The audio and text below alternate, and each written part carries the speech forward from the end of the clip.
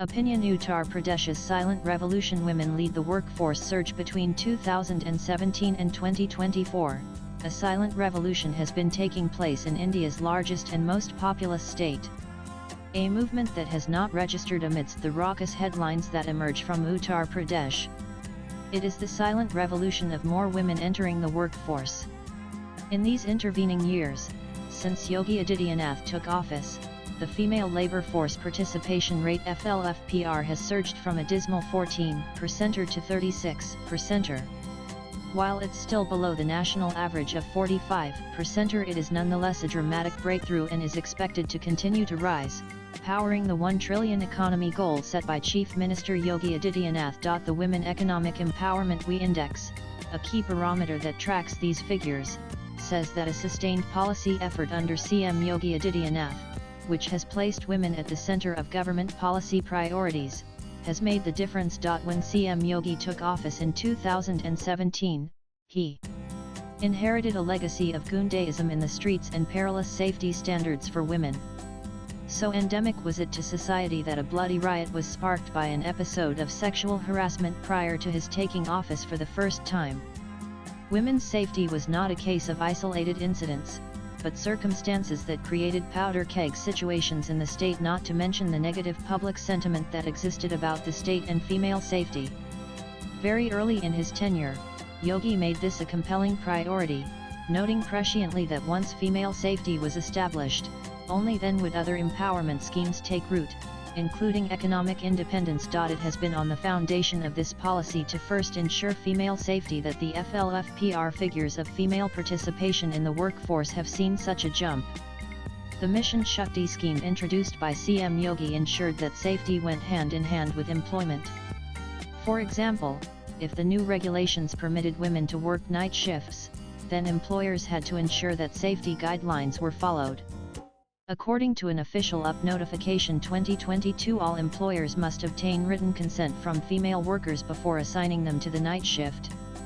Furthermore, there should be a minimum of 4 women at the workplace, and facilities like pick-up and drop from the residence must be provided, as well as bathroom facilities and safe lighting in the workplace. The minutiae confirm how seriously women's safety is taken. Apart from employment opportunities, the government has also encouraged opportunities for self-employment and income generation. There are over 10 lakh self-help groups that engage more than 1 crore women in micro-enterprises.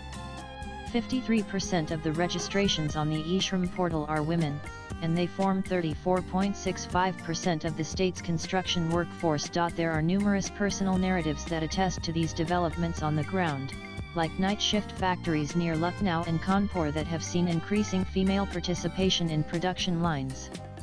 In eastern Uttar Pradesh, which is seeing rapid infrastructure development, construction clusters are employing thousands of workers, and a sizable number are women. However, it would be a mistake to view this development only through the lens of data points. This shift underlines a far more significant move, a change in social expectations and dynamics. Employment ensures greater mobility for women, and financial decision-making gives them agency. It is heartening to note that in Uttar Pradesh, these changes are being observed in semi-urban and rural areas. However, there are still challenges. While the increase in participation is heartening, it is still dominated by the unorganized sector and seasonal work, a circumstance prevalent nationwide.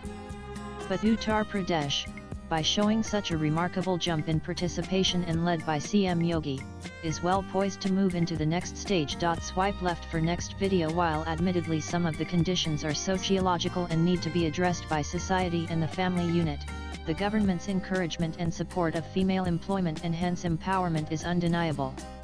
With its large demographic advantage and area, the state, often referred to as a trouble spot in the past and a reflection of India's failure to realize its post-independence promise, seems to finally be turning the tide.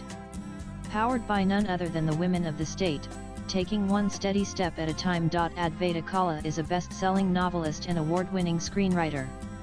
The views expressed in this article are those of the author and do not represent the stand of this publication. Latest blogs.